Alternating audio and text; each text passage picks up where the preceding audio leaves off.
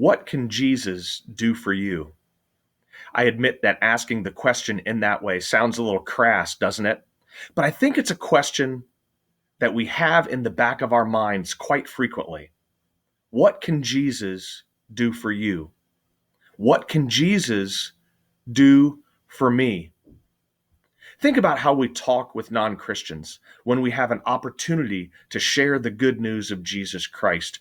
So often in those conversations, we want to be able to answer the question, what can Jesus do for you? We want to be able to tell the non believer all of the wonderful things that Jesus can do for them and all of the wonderful ways that their life will change if they encounter Jesus. Think about our teaching, our discipleship in the church, whether it's with young children or even our peers. So often, when we're reading the Bible or we're talking about following Jesus, we put it in terms of what Jesus can do for us and all of the benefits that we get out of following Jesus.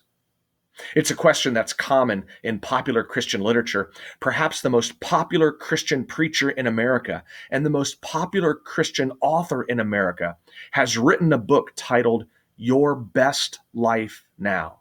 It's almost an answer to the question, what can Jesus do for us?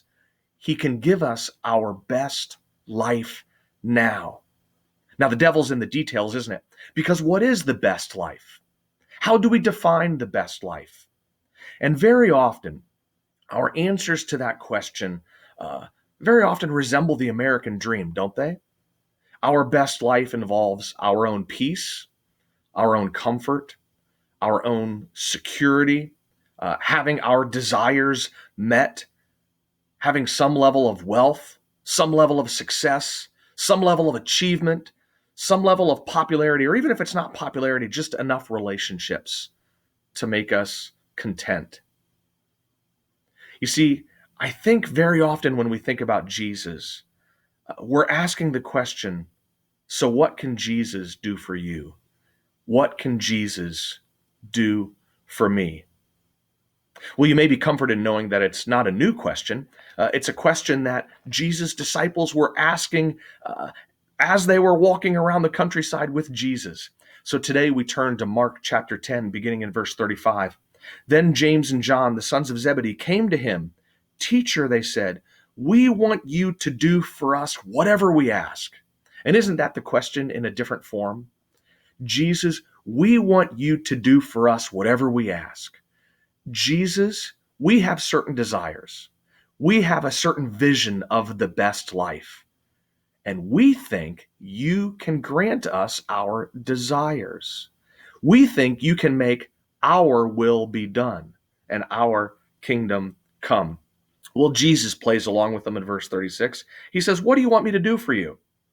And then here's the answer. They replied, let one of us sit at your right and the other at your left in your glory.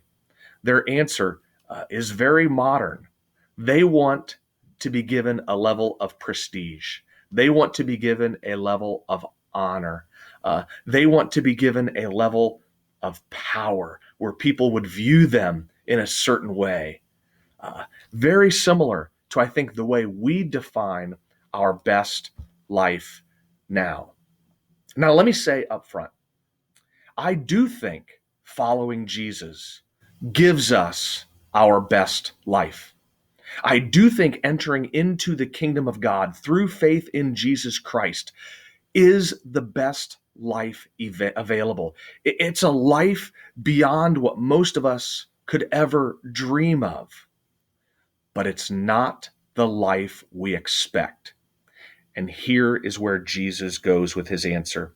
Jesus responds to them and says, you don't know what you're asking, Jesus said. Can you drink the cup I drink or be baptized with the baptism I'm baptized with? The cup imagery is significant in the Old Testament, and it has some different connotations, but it can involve the connotation of God's wrath being poured out. And remember Jesus' prayer in the Garden of Gethsemane, where he says, Father, if you will, take this cup from me. Jesus is giving them an indication about what it means to follow him. And then as the conversation continues, Jesus gives a very famous answer that describes the kingdom of God. Jesus calls all his disciples together and says, "You know that those who are regarded as rulers of the Gentiles lord it over them, and their high officials exercise authority over them. Not so with you." Here's where Jesus redefines the best life. Here is where Jesus redefines the kingdom of God. Here is where Jesus redefines what he offers those who follow him. He says, "Not so with you. Instead, whoever wants to become great among you must be your servant, and whoever wants to be first must be slave of all. For even the Son of Man did not come to be served, but to serve, and to give his life as a ransom for many." I do believe that following Jesus gives us our best life. I do believe that the kingdom of God is more glorious than anything we could ever ask or imagine. But it's not what we expect. Our best life is not getting everything we want. Our best life is in serving others. Our best life is not in accumulating wealth or success or achievement or relationship for ourselves. Our best life is being willing to give our lives away for others, just as Jesus did. I do believe that Jesus wants to give us the best life. It's just completely opposite from the best life that we think we want and that we think we need. Today, I encourage you to read Mark chapter 10, beginning in verse 32, which is earlier than I began reading today.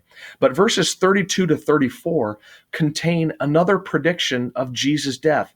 He predicted his death in chapter 8. He predicted his death in chapter 9, and now he predicts his death in chapter 10. And it's an important context because Jesus predicts his suffering, and then the disciples come to him with the question, "We want you to do for us whatever we want." So they clearly haven't gotten the picture of who Jesus is and what it means to be a follower of Jesus Christ. But if you read from 1032 to 1045, I think it gives a wonderful picture, not only of who Jesus is, but what it means to follow him and the best life that Jesus is offering us.